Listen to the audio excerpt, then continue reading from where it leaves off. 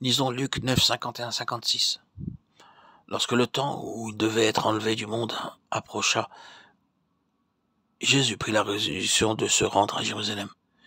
Il envoya devant lui des messagers qui se mirent en route et entrèrent dans un bourg des Samaritains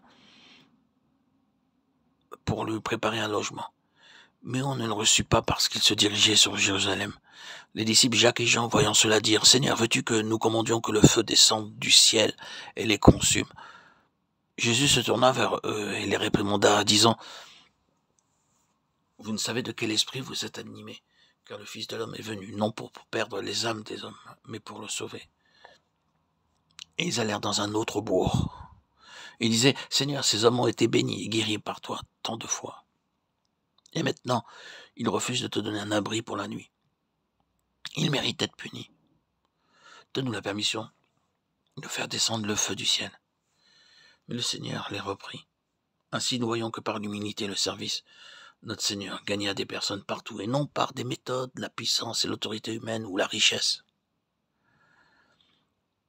La 6e œuvre du Saint-Esprit dans la vie du Seigneur Jésus, nous la trouvons dans Ésaïe 61, 1, 3. L'Esprit du Seigneur, l'Éternel, est sur moi, car l'Éternel m'a oint pour porter de bonnes nouvelles aux malheureux.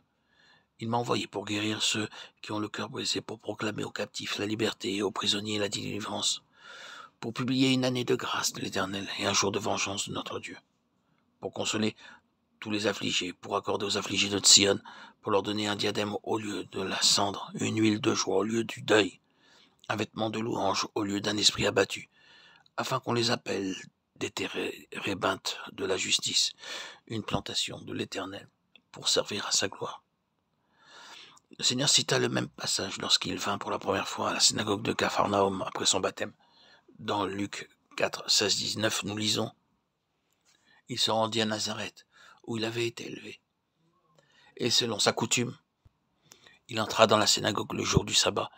Il se leva pour faire la lecture, et on lui remit le livre du prophète Ésaïe.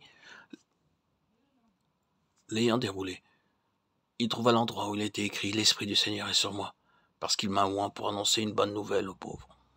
Il m'a envoyé pour guérir ceux qui ont le cœur brisé, pour proclamer aux captifs la délivrance et aux aveugles le recouvrement de la vue, pour envoyer libres les opprimés, pour publier une année de grâce du Seigneur. » C'est la meilleure façon de prêcher l'évangile, et c'est la façon du Seigneur. Il nous a oint pour prêcher l'évangile aux pauvres, c'est-à-dire les pauvres en esprit. À moins que les hommes ne soient pauvres en esprit, ils n'accepteront pas ce que nous disons. Matthieu 5, 3 déclare « Heureux les pauvres en esprit, car le royaume des cieux est à eux. » Ceux qui sont satisfaits de leur richesse, de leur terre, de leur édifice et de leur position ne prêtent pas souvent l'oreille à l'évangile. C'est pourquoi les pauvres reçoivent généralement l'évangile avec plus d'empressement que les riches. Ils reconnaissent leurs besoins. Ainsi, le verset signifie aussi bien les pauvres en esprit que les pauvres en ce qui concerne les biens terrestres.